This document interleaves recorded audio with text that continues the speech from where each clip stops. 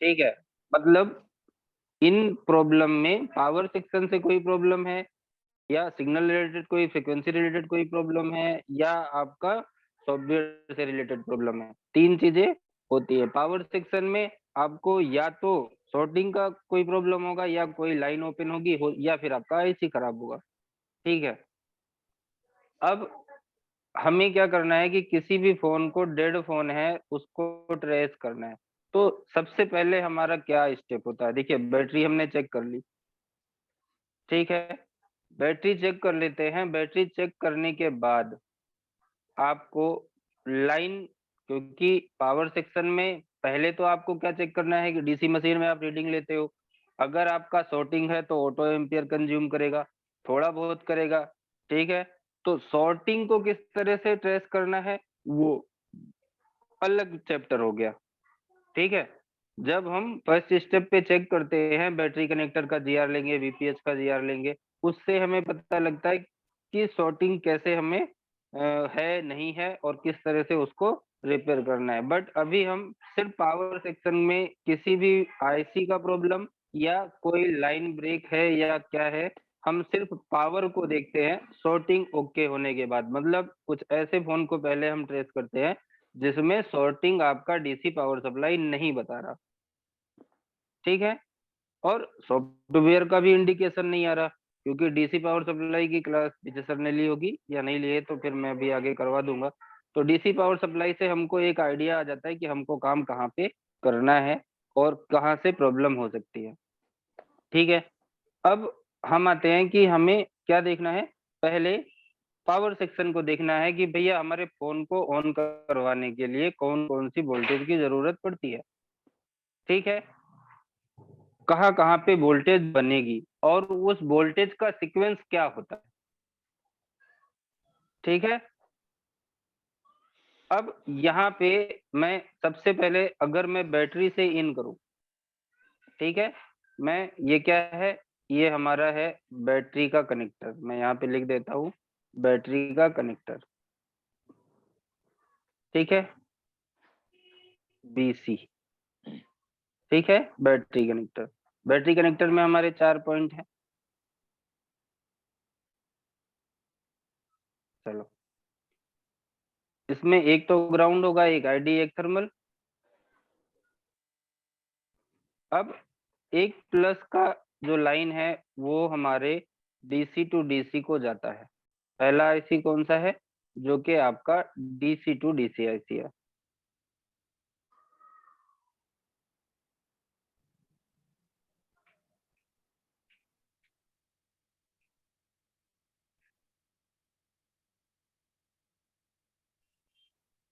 ठीक है, आपके वीवेट का वोल्टेज मिलेगा किसको, डीसी टू डीसी आईसी को। इसको क्या बोलते हैं, वीवेट का लाइन।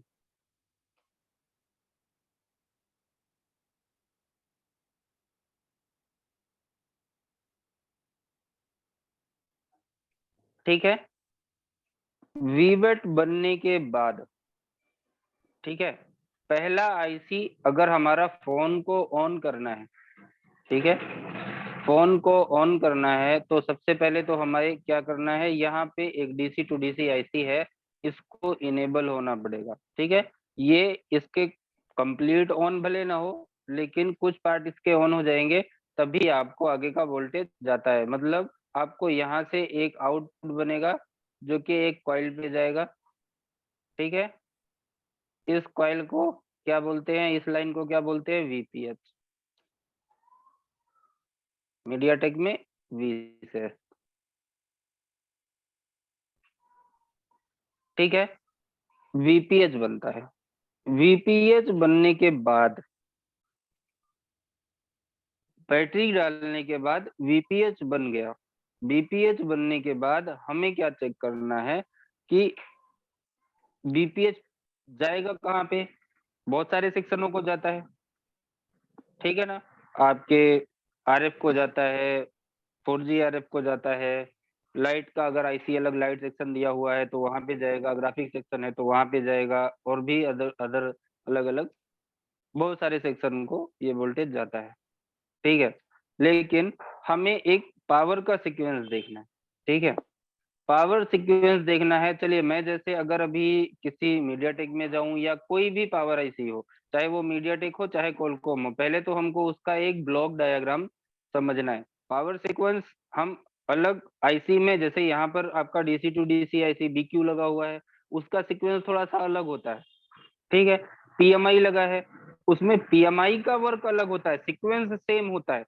ठीक है, पीएमआई का वर्क अलग होगा। पीएमआई को ऑन करवाने के लिए एक अलग वोल्टेज की जरूरत पड़ेगी, वहां पे इनेबल होगा, वहां से सिस्टम होके आउट होगा। ठीक है, बीक्यू में भी पावर गुड होता है, कुछ में होता है, कुछ में एनसी होता है। तो वो हम सेमेटिक को जब सिस्टमेटिक रीडिंग करेंगे तब समझेंगे, लेकिन पहले हमें पावर सीक्वेंस का एक ब्लॉक डायग्राम समझना है। ठीक है, समझ में आ रहा है ना मेरी आवाज सही से आप लोगों को? जी जी। हाँ, तो हम आईसी वाइज अभी पीएमआई में हमें कैसे पता लगेगा कि हमारी पीएमआई ओके है या नहीं है, वो भी हम आपको आगे बताएंगे। आपको पीएमआई पे हर एक बॉल का क्या वर्क है, वहां पे क्या लाइन है, क्या काम करती है, हम वो सारी चीजें आपको जब पीएमआई का क्लास लेंगे तब वहां पे बता देंगे। ठीक है, वहां पे बूट कैप का क्या काम है, बूस्ट कैप का क्या काम है, आई2सी क्या काम कर रही है, अदर वहां पे पीएमआईडी का क्या काम है, या एमईआईडी का क्या काम है। बहुत सारी वहां पे अलग अलग लाइनें होती हैं। बेड सेंस क्या है, आई सेंस क्या है, एसवाईएस सेंस क्या है, वो सारी लाइनों का एक मतलब एक काम होता है। ठीक है, ऑन करवाने के लिए सबका काम होता है, लेकिन अगर उनमें किसी में प्रॉब्लम है तो वहां पे ऑन नहीं भी होगा तो उसका इंडिकेशन थोड़ा सा हो सकता है कि कंप्लीटेड हो सकता है कि वो वर्किंग में आता हो, रीस्टार्ट मारता हो, या फिर कुछ लोगो दिखाता हो, या कोई एरर देता हो, या अलग अलग तरह के प्रॉब्लम उसके लक्षण दिखते हैं। लेकिन अभी हमको सिर्फ पावर हमारा किस तरह से बनता है, किस तरह से वहां पे काम होता है, सिर्फ उस सीक्वेंस को यहाँ पे समझना है, बाकी का हम आगे की क्लासेस में समझेंगे। तो बीपीएच बना। अब वीपीएच बनने के बाद नेटवर्क सेक्शन को जाए ना जाए कोई फर्क नहीं पड़ता, फोन हमारा ऑन होना चाहिए। ठीक है, आरएफ को नहीं भी गया तो कोई प्रॉब्लम नहीं है, अगर उधर से लाइन ब्रेक हुई है तो चलेगा, लेकिन शॉर्टिंग है तो नहीं चलेगा, क्योंकि वो पूरी लाइन को, पूरी वोल्टेज को ग्राउंड करवा देगा। तो सॉर्टिंग का मेथड अलग हो गया। ठीक है, अब यहाँ पे हमें क्या देखना है कि हमारा सीक्वेंस किस तरह से चल रहा है। तो पहले हमें क्या चेक करना है, वीपीएच। ठीक है, फर्स्ट स्टेप अगर मैं यहाँ पे नीचे लिखता हुआ जाऊं तो आपको सबसे पहले क्या चेक करना है?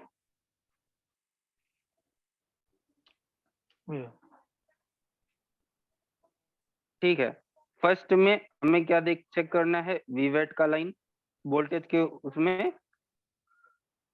वीवेट ओके है या नहीं। अगर ओके है तो हमें आगे बढ़ना है। सेकंड में हमको क्या चेक करना है, वीपीएच। अगर हमारा वीपीएच बन गया मतलब हमको अब आगे बढ़ना है। ठीक है, वीपीएच बन गया तो आगे बढ़ना है। पीएमआई है या बीक्यू है, मैं उसका सिस्टम आपको अलग बता दूंगा, क्योंकि वहां पे आईसीयू के हिसाब से सीक्वेंस बनता है। ठीक है, तीसरा क्या होता है, तीसरा अगर हमारा पीएम का इनपुट, ठीक है, वीपीएच बनता है तो पीएम का इनपुट हमको चेक करना है। ठीक है, थर्ड में पीएम का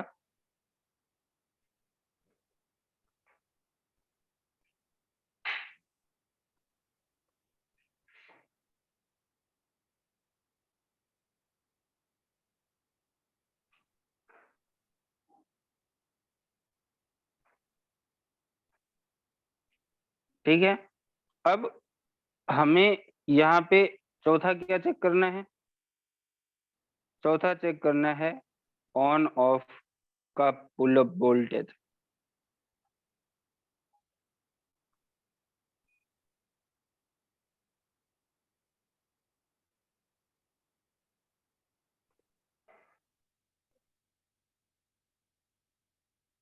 ठीक है, ऑन ऑफ की को चेक करना है कि वहां पे वोल्टेज बना या नहीं बना।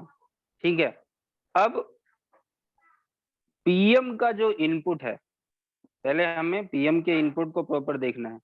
पीएम का इनपुट कभी भी आप देखो, अगर ये हमारा पीएम आईसी है, मैं यहाँ पे थोड़ा सा आ जाता हूँ,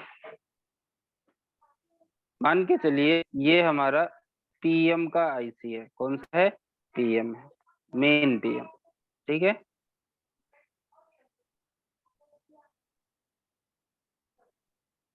तो मेन पीएम में वीपीएच हमारा आके इन होता है। ठीक है, अब आप लोगों को ध्यान ये देना है कि वीपीएच हमेशा पावर आईसी के पास अलग अलग कैपेसिटर पे जाता है। मतलब कम से कम चार, सॉरी, कम से कम 5 से लेके 9-10 कैपेसिटर तक आपको वीपीएच के इनपुट होते हैं।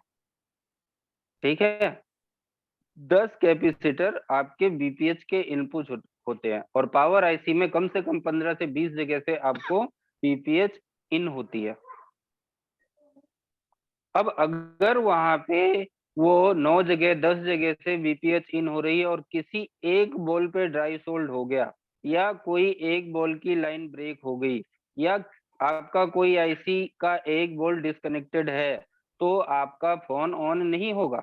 ऐसा नहीं है कि आपके फोन में 2 बॉल पे, मतलब पावर आईसी के अंदर वीपीएच इन हो गया तो वहां पे काम हो गया, क्योंकि जितने इनपुट हैं हर इनपुट पे आपको वो वोल्टेज जाना चाहिए, हर बॉल के ऊपर वोल्टेज जाना चाहिए।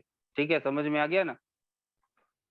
मतलब आपको पीएम के यहाँ पास पे, जो कैपेसिटर हाँ, पीएम के पास जो कैपेसिटर होते हैं, यहाँ पे हर हाँ हाँ कैपेसिटर पे आपको ग्राउंड मिलना चाहिए, पहली वीपीएच चीज। और हाँ, हाँ वीपीएच। ठीक है, वो किस तरह से होगा? मान के चलिए ये वीपीएच आया। ठीक है, अब पहले आपको यहाँ पर ये लाइन इस तरह से इन होगा। ठीक है, और यहाँ पर एक कैपेसिटर लगा होगा, अगर आप देखोगे, और उसके बाद फिर यही लाइन आगे जाएगा, इस तरह से ये आगे लाइन चला जाएगा। ठीक है, तो मैं यहाँ पे आपको अलग अलग, कम से कम मान के चलिए यहाँ पे 5, 7, 8 कॉइल कैपेसिटर लगे हुए होंगे। ठीक है, इस तरह से ये 5 इनपुट बने होंगे और सब पे कैपेसिटर लगा हुआ होगा। तो आपको ये ध्यान में रखना है कि हर कैपेसिटर के ऊपर आपको वोल्टेज मिलना चाहिए, और हर कैपेसिटर को ग्राउंड भी मिलना चाहिए। ठीक है, और हर कैपेसिटर से आईसी के अंदर के पैड का भी लाइन कनेक्ट होना चाहिए। उसका रीजन ये होता है कि पहले जो आईसी के पास सबसे करीब कैपेसिटर होते हैं, आपको उनको गिन लो, और वो हमेशा उन कॉइल की संख्या से ज्यादा होंगे। ये भी ध्यान रखो, पावर आईसी का आउटपुट पहला वोल्टेज कौन सा होता है? वीपीएच के बाद कौन सा वोल्टेज बनता है? कोर। कौन सा कोर वोल्टेज वोल्टेज, छोटी बनता है? वोल्टेज। Core voltage. ठीक है, और कोर वोल्टेज की जितनी कॉइलें लगी होंगी, उससे 2 से 3 कैपेसिटर आपको ज्यादा मिलेंगे पावर आईसी के पास, या फिर एक दो तो ज्यादा मिलेंगे। ठीक है, और हर कैपेसिटर पे आपको मिलना चाहिए।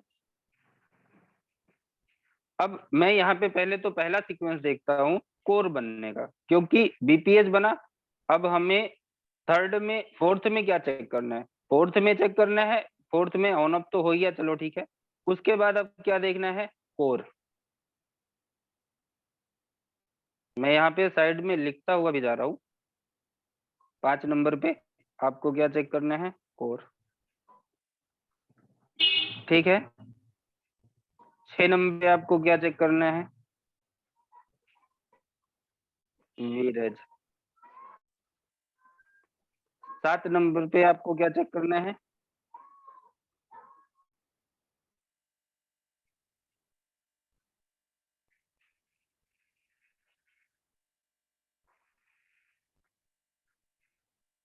7 नंबर पे क्या चेक करना है? चलिए, 7 नंबर वोल्टेज के बाहर हो जाता है। 7वें नंबर पे आपको फ्रीक्वेंसी करनी होती है। ठीक है, तो मैं अभी 7वां नंबर यहाँ पे नहीं डाल रहा हूँ। 6 नंबर, पहले हमें क्या देखना है? कोर। ठीक है, तो जितना पावर आईसी का इनपुट होगा, ठीक है, जितना पावर आईसी का इनपुट है, मतलब कैपेसिटर जो भी लगे हैं, अगर हम सेमेटिक पे देखेंगे तो उतनी ही कॉइल हमको यहाँ से लगी हुई मिलेंगी।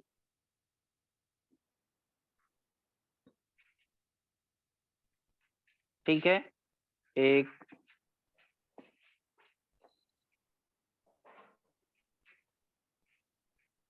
दो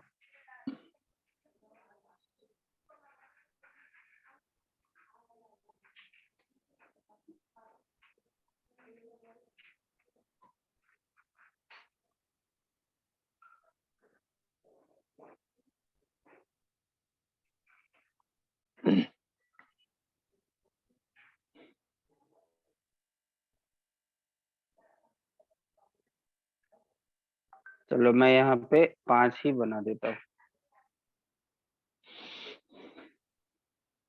ठीक है, अब ये वोल्टेज यहाँ से निकलेगी, तो ये जो कोर वोल्टेज होता है उसको लोग बोलते हैं स्टेज वोल्टेज।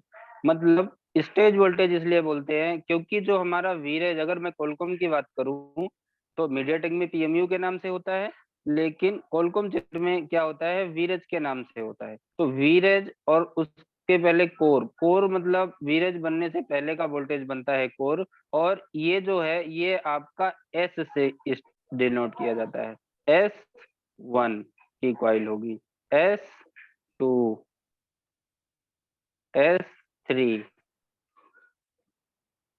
S4 और S5।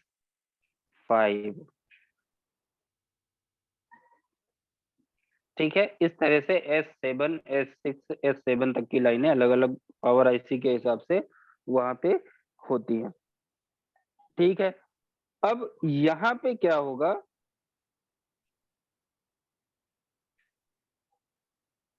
पावर आईसी आपके दो सीक्वेंस हो गए। पहला मीडियाटेक जो आपके पास ज्यादातर रिपेयरिंग में आता है, और कॉलकॉम आता है। तो कॉलकॉम में भी देखो, मीडियाटेक में भी आपको S1 होगा, ठीक है ना, कोई बड़ी बात नहीं है, S1 S2 होगा, लेकिन वहां पे दो लाइनों का नाम दिया जाता है। कॉलकॉम में भी दिया जाता है और मीडियाटेक में भी दिया जाता है। क्या? लोअर एलडीओ और हायर एलडीओ, सुना ही होगा। ठीक है, तो आपका जो लोअर एलडीओ है और हायर एलडीओ है वो आपके पीएम से आउट होता है कॉइल पे, जो जिसे हम कोर वोल्टेज ही बोलते हैं। तो इसमें जो और वोल्टेज हैं जितनी भी हैं वो कहाँ पे जाएंगी, ठीक है, कहाँ पे जाएगा, सीपीयू के अंदर। S1 किसके साथ कनेक्ट होगा, सीपीयू के अंदर। S2 किसके साथ कनेक्ट होगा, सीपीयू के अंदर। S5 किसके साथ कनेक्ट होगा, सीपीयू सीपीयू के के। अंदर। ठीक है, लेकिन S3 और S4 सीपीयू को नहीं जाता ये क्विलकॉम में, कभी भी, एमटीके में। कॉलकॉम में। ठीक है, अच्छा, कॉलकॉम में। हाँ, ये दो लाइनें हैं। अगर MTK होगा तो VS1 VS2 के नाम से होगा, ठीक है। कॉलकॉम है तो S1, सॉरी, S3 और S4 के नाम से होगा। कोई भी पावर आईसी उठा के देख लेना कॉलकॉम की, S3 और S4, स्टेज 3 की वोल्टेज और स्टेज 4 का वोल्टेज आपके पावर आईसी को, सॉरी, सीपीयू को नहीं जाता। सीपीयू। कहाँ पे जाता है, ठीक है ना, सीपीयू को नहीं जाता। S3 कहाँ पे जाता है, S3 और रैम। S4। एमएमसी, यहाँ पर सीपीयू और एमएमसी दो पार्ट हो गए, इसको ध्यान से देखना। ये जो S3 का वोल्टेज है ये आपको वापस पावर आईसी को ही जाता है, ठीक है। कहाँ, ये वापस पावर आईसी को ही जाएगा। S4 का जो वोल्टेज है ये भी आपको वापस पावर आईसी को ही जाता है।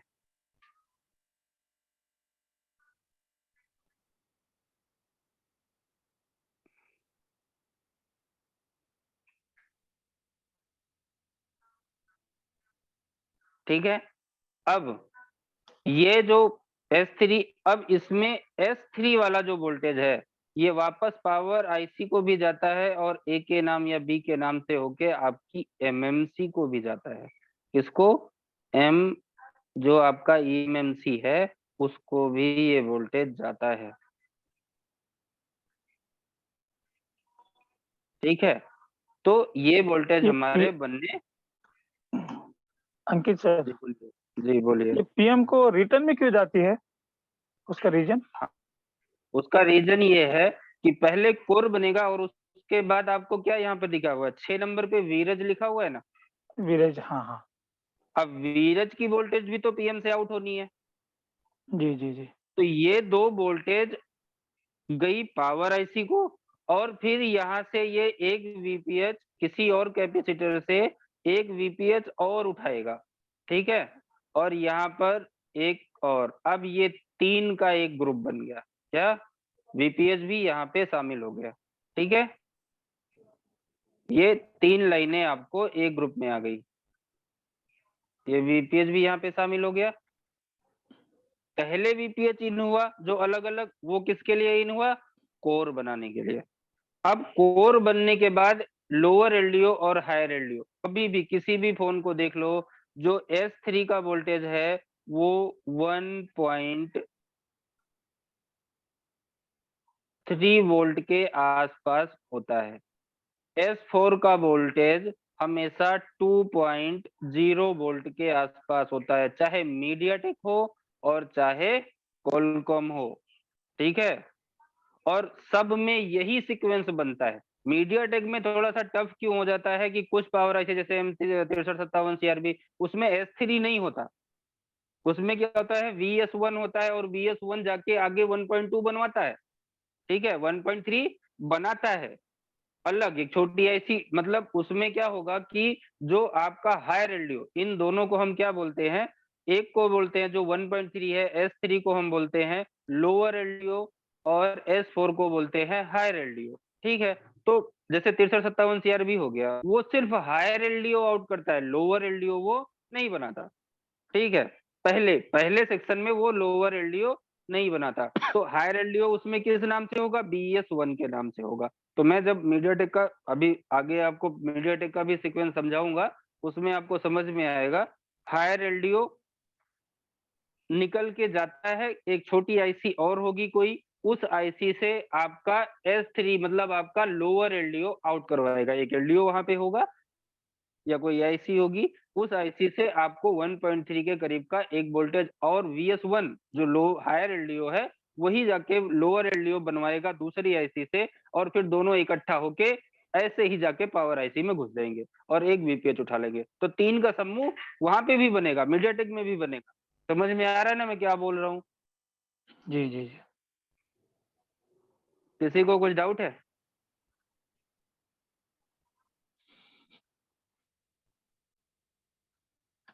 देखो समझ में आ रहा है, किसी को कुछ डाउट है तो पूछते जाना। हाँ सर, बोल रहे हैं ना कि ये सारा क्वालकॉम और मीडियाटेक का जो लोअर एलडीओ और हायर एलडीओ का जो है, तो उसमें सारा सीक्वेंस एक सेम रहेगा क्या?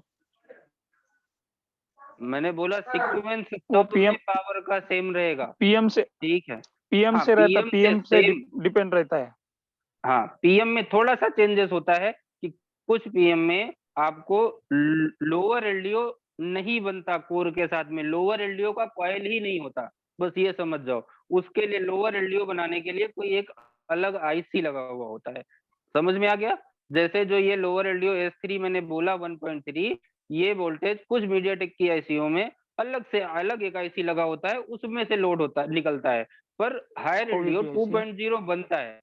समझ में आ गया? वो मैं आगे जब उस पावर आईसी पे चलूंगा तो मैं आपको समझाऊंगा, अभी आप इसी को सिर्फ समझने की कोशिश करो, ठीक है ना। अभी तो सारी मैं PMI वगैरह ये दूसरी की आईसी आप लोगों को बताऊंगा, क्योंकि अभी तो मैंने D2DC छोड़ दी है, मैं सिर्फ आपको एक हाँ हो वोल्टेज जाएगा। का चलने का सीक्वेंस बता रहा हूँ, ठीक है। अब अब यहाँ पर आते हैं कि जब हमारा ये सारी चीजें कंप्लीट हुई, आपका S3 S4 बन गया, ठीक है। S3 S4 बन गया और पावर आईसी को उल्टा जाके मिल गया, तब पावर आईसी से क्या होगा कि आपको लगभग 20 से 22 23 अलग अलग वोल्टेज आउट होती है। मैं ये एक लाइन बना देता हूं, ठीक है।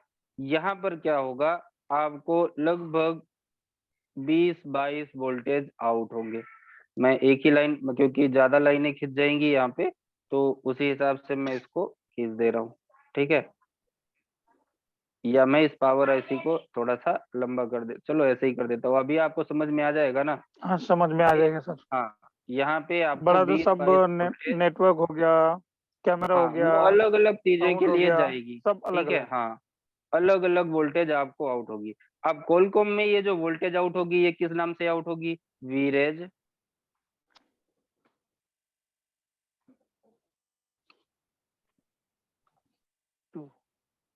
L1 ऐसे लिखा होगा, और जो भी इसका वोल्टेज होगा 1.8 वोल्ट 1P8 करके यहाँ पे लिखा होगा। इस तरह से L1 L2 L3 L4 करके अलग अलग वोल्टेज आउट होती हैं, ठीक है। कितनी वोल्टेज आउट होती है, लगभग 20 वोल्टेज 22 वोल्टेज 18 वोल्टेज 25 वोल्टेज, इस तरह से ये सारी वोल्टेज आउट होती है,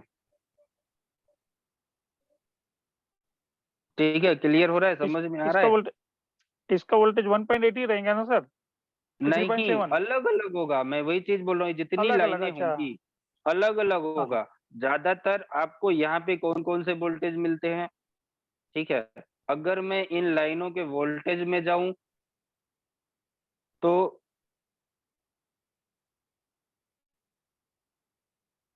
1.2 वोल्ट, ठीक है। 1.8 कई जगह से मिलेगा, मतलब 1.8 आपको 5-7 तरह के 1.8 अलग अलग L1 L2 L3 करके 1.8 ही सेम वोल्टेज होगा, लेकिन वो अलग अलग जाएगा, कई जगह से वो आउट होगा, ठीक है ना। 1.0, ठीक है।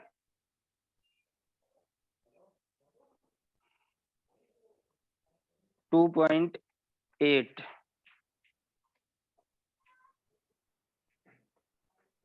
3.3,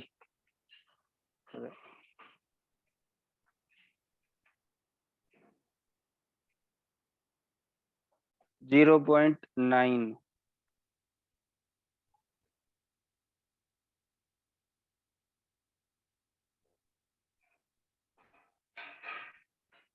ये ऊपर होता चला जा रहा है ये, क्योंकि मैं जितना लिख रहा हूँ उतना ही ये,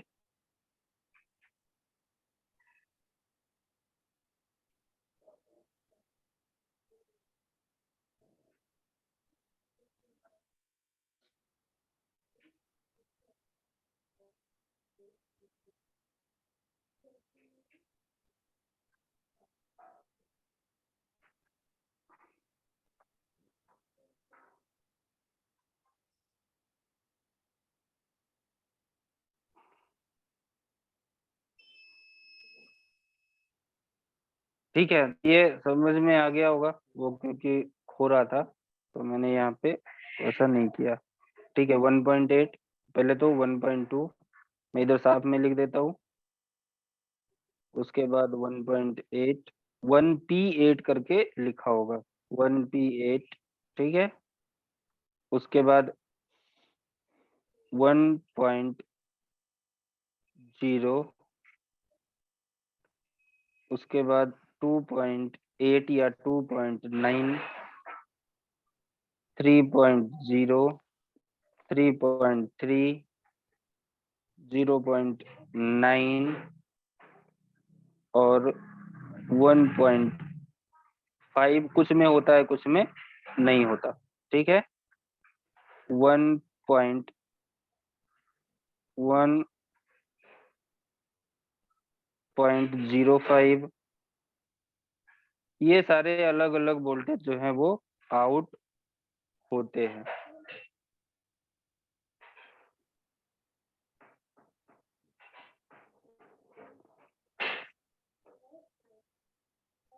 ठीक है। ये क्लियर हो गया। तो इस तरह से आपको, जैसे अब यहाँ पे 20-22 लाइनें होती है, वोल्टेज इतनी होती है लगभग लगभग, लेकिन अब 2-3 जगह से 1.2 आउट होगा, 2-3 जगह से 3-4 जगह से 1.8 आउट होगा, तो इस तरह से वो मिला के जाके 20-22 वोल्टेज हो जाती है,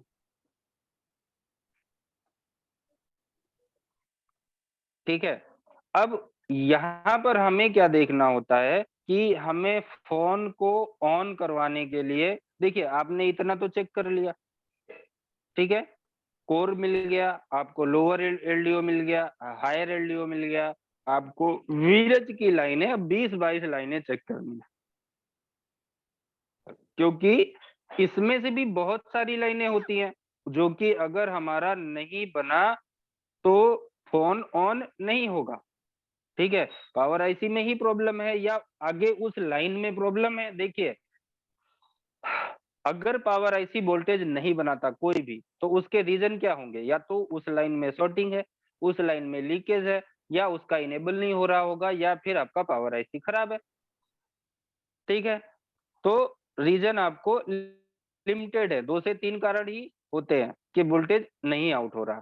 ठीक है, लेकिन हमें ये तो पता होना चाहिए ना भाई कि हमको, अब जैसे 22 वोल्टेज है तो क्या 22 की 22 वोल्टेज आपको 20 की 20 वोल्टेज फोन को ऑन करवाने के लिए जरूरी थोड़े ना होती है। ठीक है, कि होती है 20-22 वोल्टेज जरूरी फोन को ऑन करवाने के लिए? नहीं। नहीं। तो देखिए, अब हमें यहाँ पर एक तरह से ना अपने माइंड से सोचना है कि हमें फोन में, आप फीचर वाइज देख लो। ठीक है, जैसे इसमें जो ये बीरज की लाइनें आउट हो रही हैं, इसमें कैमरे के लिए भी वोल्टेज आउट हो रही है, आपके WTR के लिए भी वोल्टेज आउट होगी, HDR के लिए वोल्टेज आउट होगी, RF के लिए वोल्टेज आउट होगी, 4G RF के लिए वोल्टेज आउट होगी, लाइट का इनेबल होगा, ग्राफिक्स का इनेबल होगा, CPU के इनेबल होंगे, MMC के इनेबल होंगे, दुनिया भर के वोल्टेज तो है। इन लाइनों का वही काम है, इनेबल का वोल्टेज होगा, डिसेबल का वोल्टेज होगा। तो बेसिकली हमको इसमें ये पहले तो क्लियर सोचना है, थोड़ा सा आपको खुद सोचना है कि कौन से सेक्शन हमारे फोन ऑन करवाने के लिए जरूरी है। भाई अगर हमारा कैमरा का वोल्टेज नहीं बना तो क्या फोन बंद हो जाएगा? नहीं, फोन तो चलेगा। चलना तो है। हमें कैमरे के वोल्टेज को छोड़ देना है। चलो एक वोल्टेज तो घट गई 20 में से, अगर मान के चलिए एज एग्जाम्पल कि 20 वोल्टेज हमारी बननी थी, एक कैमरे के लिए बननी थी। ठीक है, अब कैमरे का वोल्टेज नहीं बना, एक वोल्टेज घट गया, अब एक लाइन को छोड़ दिया, अब कितने बचे? 19। 19 में 2 वोल्टेज WTR को जा रही है, अगर WTR मान के चलिए WTR लगा है, 2 वोल्टेज तो आपके WTR को जा रही है, दोनों नहीं बनेगी तो भी फोन ऑन होगा, तो 2 लाइन और घट गई। एक लाइन आपके, रहेगी 17। हाँ मतलब 17 बची। अब एक लाइन और घट गई, किसकी? जो आपके 4G RF 2G RF को जा रही है। अगर वो भी नहीं बनी तो क्या फोन ऑन होगा?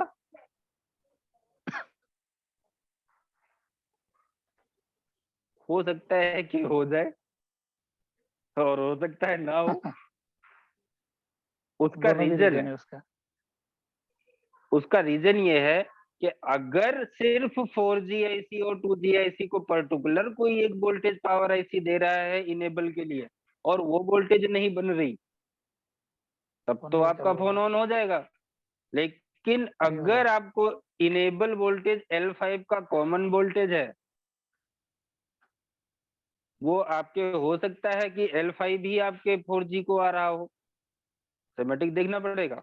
ठीक है, मैं आपको दोनों ही सीक्वेंस बता रहा हूँ। हो सकता है कि वो वोल्टेज जो इसके इनेबल आ रहा है 4G को या 2G को, वही इनेबल आपके MMCO को जा रहा हो,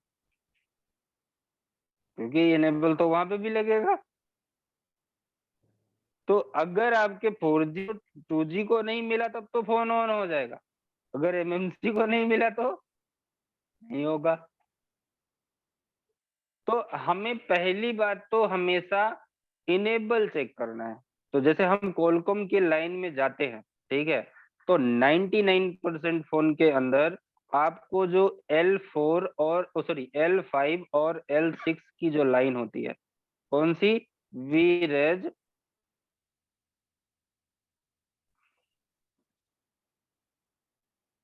ये देखना है, वीरेज L5। ठीक है,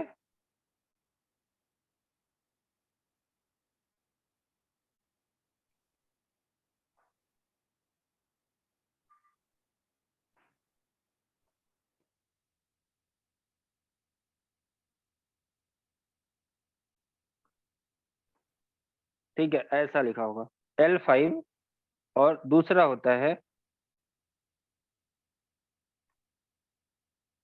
L6।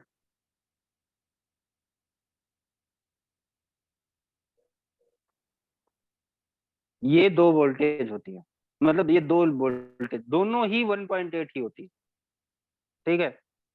लेकिन इसमें L5 का काम होता है इनेबल का, डिफॉल्ट इनेबल का काम होता है, मतलब आपके जहां जहां जिस जिस आईसी के लिए ये कॉमन इनेबल वोल्टेज है, कॉमन इनेबल वोल्टेज है, ठीक है।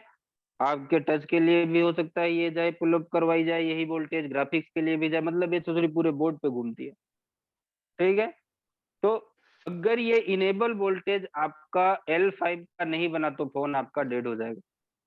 और लगभग लगभग जब सेकेंडरी में प्रॉब्लम आता है तो L5 की लाइन में शॉर्टिंग लीकेज की कंडीशन ज्यादा कारण होता है फोन डेड होने का, क्योंकि इसका वर्क भी ज्यादा है, इस पे लोड भी ज्यादा है, ये हर जगह जाता है। और L6 क्या है, L6 ऑफ है, जैसे L5 इनेबल है उसी तरह L6 डिसेबल है, ठीक है।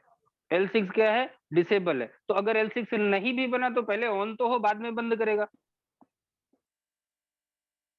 आया समझ में मैं क्या बोल रहा हूँ? अगर फोनवा जब कोई फंक्शन ऑन होगा तभी तो ये ऑफ करवाएगा, तो इसका बनना उतना जरूरी नहीं है। अगर L6 नहीं भी बना तो भी हमारा वोल्टेज बन जाएगा, ठीक है। अब आते हैं L5, जैसे कि अब हम चलते हैं कि और कौन सा वोल्टेज L2.8, मैंने यहाँ पर एक लिखा है 2.8 का वोल्टेज लगभग 90% फोनों में L8 की लाइन होती है। कौन सी होती है? वीरेज L8।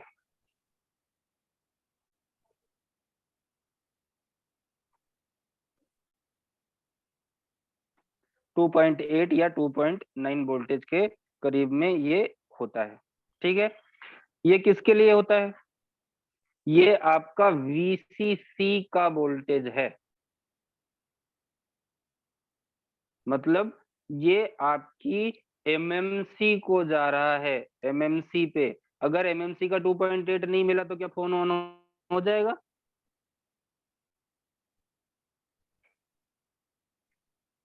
बोलिए कोई भी, नहीं होगा ना? आवाज तो आ रही है मेरी कि सब सो गए? नहीं आ रही ना सर आवाज? हाँ चलिए। तो अब यहाँ पे क्या है वीरज, जैसे मैंने बोला, अब यहाँ पे दूसरा रैम का कहाँ पर होता है? MMC में, ठीक है। लेकिन उसको यूज कौन करता है? CPU। मतलब अगर हम कोई भी कमांड देते हैं CPU को और आपके वो कमांड में मतलब आपके MMC के अंदर, आपकी स्टोरेज के अंदर कोई डाटा पड़ा है, कोई फाइल पड़ी है, एवरीथिंग उसको ओपन करवाना है, उसको दिखाना है, तो कमांड किसको जाएगी? CPU को। और CPU क्या करेगा? रैंडम एक्सेस मेमोरी जो आपका रैम होगा उसको ही बोलेगा दिखा भाई लाके, ठीक है। अब उसको, उस सेक्शन को जो आपका LPDDR का सेक्शन होता है वो CPU के कंट्रोल में ही है, तो उस CPU के अंदर भी ये कोर तो गए, लेकिन CPU को भी एक वोल्टेज चाहिए कि वो आपके रैम से काम करवा सके, ठीक है। तो वो कौन सी लाइन होती है? वो होती है वीरेज L2 1.2 के करीब की वोल्टेज होती है, वीरेज L2 1.2 के करीब की वोल्टेज होती है, कुछ में 1.8 भी हो सकती है। अब अगर ये L2 की वोल्टेज नहीं बनी तो क्या फोन ऑन होगा?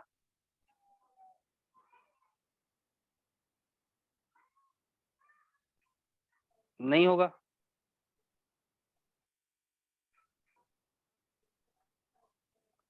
ठीक है। हमारा अगर ये वोल्टेज नहीं बना तो भी हमारा फोन ऑन नहीं होगा,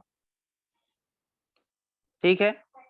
अब इसमें से ही कुछ एक वोल्टेज जो कॉमन इनेबल है, ज्यादातर 1.8 में जाती है, उसके बाद आपको 3.3 है जो कि आपके सीपीयू के लिए जाती है, या उसमें वो एमएमसी के लिए भी, सॉरी एमएमसी के लिए नहीं जाती, अलग कोई एक आया होगा जो कि सीपीयू को कंट्रोल करने के लिए वहां पे लगा होगा, उस पे जाएगा। तो अब हमें क्या करना है कि पहले तो इस तरह से स्कीमेटिक देख के अलग अलग लाइनों पे ये डिसाइड करना है कि कौन सी वोल्टेज हमारी जरूरी है, कौन सी वोल्टेज जरूरी नहीं है। ठीक है, तो बेसिकली आपको 5 से 6 वोल्टेज ऐसी होती हैं, 4 से 5 वोल्टेज ऐसी होती हैं फोन के अंदर जो वीरेज वाली वोल्टेज, अगर उसमें से कोई वोल्टेज नहीं बनी तो आपका फोन ऑन नहीं होगा। ठीक है, तो मैं इसको जब स्कीमेटिक के लिए चलूंगा तो वहां पे आपको इसे स्कीमेटिक में दिखाऊंगा भी और डिटेल में भी मैं बताऊंगा, बट अभी ये थोड़ा सा मैं ब्लॉक डायग्राम के थ्रू आप लोगों को समझाने की कोशिश कर रहा हूँ। ठीक है ना, अभी इतना समझ में आ गया कि वीरेज हमारा बनना चाहिए। हाँ सर। ठीक है, वीरेज का समझ में आ गया। अब क्या बचता है, मान के चलिए एज एग्जाम्पल कि कोर भी बन गया और वीरेज भी बन गया, फिर भी फोन ऑन, 20 जा रहा है, 30 जा रहा है, 40 जा रहा है, 0 हो रहा है। तो यहाँ पे 20, 30, 40 जा रहा है तो थोड़ा सा सीक्वेंस चेंज हो जाता है। कॉलकॉम फोन अगर 20, 25 तक जाके 0 हो रहा है तो वहां पे मतलब लोअर बूट में है, प्रॉब्लम अलग हो सकती है। मीडियाटेक का फोन अगर 30, 25, 30, 35 तक जाके 0 हो रहा है, 40 तक जाके 0 हो रहा है तो प्रॉब्लम अलग हो सकती है। दो प्रॉब्लम अलग अलग डिवाइड हो जाएंगी। जब हम डीसी मशीन की रीडिंग के हिसाब से, यहाँ पे थोड़ा थोड़ा हमें डीसी को भी समझना है। अगर हमारा डीसी मशीन 20 की रीडिंग लेके 0 हो रहा है, कोलकॉम चिपसेट फोन है, 12 की रीडिंग, 15 की रीडिंग, 16 की रीडिंग लेके 0 हो रहा है और ये सारी वोल्टेज मिल रही, तब हम कहाँ जाएंगे, हमें क्या चेक करना है। अब अगर मीडियाटेक का फोन है, वो हमारा 15-20 की रीडिंग लेके 0 हो रहा है, तब हमें कहाँ जाना है। वो थोड़ा सा मीडियाटेक और कोलकॉम में यहाँ पे बूटिंग सीक्वेंस चेंज हो जाता है। ठीक है, क्योंकि मीडियाटेक का फोन 20-30 के 40 की रीडिंग में क्या होता है उसका मतलब, सॉरी 30+, ठीक है ना, 30+ आपको पावर आईसी वर्किंग आ जाती है, कंप्लीट सीपीयू भी वर्किंग आ जाता है। जो पुराने मॉडल है, नए की बात नहीं कर रहा, डबल टेकर यूएफएस की बात नहीं कर रहा, अभी तक के जो पुराने मॉडल हैं वो लगभग मीडियाटेक में आपको 25-30 के बाद पावर आईसी वर्किंग आ जाती है। कोलकॉम में नहीं होता, कोलकॉम में 50 के बाद आपका पावर आईसी वर्किंग आता है, कम से कम 50 के बाद, और 50 के बाद सीपीयू स्टार्ट होता है। तो कभी भी देखो आप, मीडियाटेक के फोन आपको 30-35 पे स्टक हो जाते हैं, कोलकॉम के फोन भी हो जाते हैं पुराने मॉडल में, वो चीज नहीं बोल रहा, लोअर बोर्ड में है तो मैं जैसे बोल रहा हूँ दोनों ही सीक्वेंस बनते हैं, लेकिन नॉर्मली कोलकॉम के फोन ज्यादातर आपको 50+ की, अगर सॉफ्टवेयर से प्रॉब्लम है, अगर पीएस होल्ड बन रहा है तो आपको 50+ स्टक होते हैं, मीडियाटेक के थोड़े से कम पे भी हो जाते हैं। बेसिकली कहने का मतलब ये है। तो डीसी मशीन पे हमको थोड़ा सा, हम डीसी मशीन को और डीप में समझेंगे आगे की क्लासेस में। ठीक है, अभी के लिए हमें एक, ये जो पावर सीक्वेंस हमारा कैसा चलता है एक ब्लॉक डायग्राम के थ्रू मोटा मोटा हमने देखा, जब स्कीमेटिक पे देखेंगे थोड़ा सा और लंबा चौड़ा होगा, लेकिन अगर हम डायरेक्ट स्कीमेटिक पे जाएंगे तो शायद समझने में थोड़ा सा प्रॉब्लम हो, क्योंकि वहां पे ज्यादा खिंचना खिंचा हुआ होता है, काफी ज्यादा इधर कंपोनेंट दुनिया भर की लाइनें होती है। यहाँ हमने एक छोटा छोटा मोटा एग्जाम्पल के थ्रू आपको एक ब्लॉक डायग्राम के थ्रू, सॉरी, समझाया है। ये समझ में आया सबको या नहीं आया? सर क्लास तो आधा निकल चुका है सर। अरे अभी चुप करो, वो भी बात करते हैं अब सर। ठीक है ना, ये जो भी क्लास में है शुरू से उनको समझ में आया? हाँ सर। चलिए, तो मैं इस क्लास को आज यहीं पे रोकता हूँ, वीरज तक हम पहुंच गए। ठीक है ना, हाँ ठीक है वीरज सर। के ठीक बाद है हमारी सर। कल हेलो की क्या लाइनें होती हैं, इसके बाद हमको क्या चेक करना है, एक मिनट। हेलो। अब वीरज के बाद हम क्या चेक करेंगे वो चीजें कल आपको हम बताएंगे, ठीक है ना। वीरज के बाद क्या आता है, जैसे हमने यहाँ पे 6 स्टेप लिख दिए हैं, इन 6 स्टेप में कौन सा स्टेप पहले बनता है, कौन सा बाद में बनता है, कैसे कैसे बनता है, वो सारी चीजें आपको क्लियर हुई। वीरज पहुंच गए, वीरज के बाद अगर वीरज बन गई तब क्या आता है, वीरज के आगे क्या आता है और क्या चेक करना है वो आपको कल बताएंगे, ठीक है। आज की क्लास को इधर ही रोकते हैं।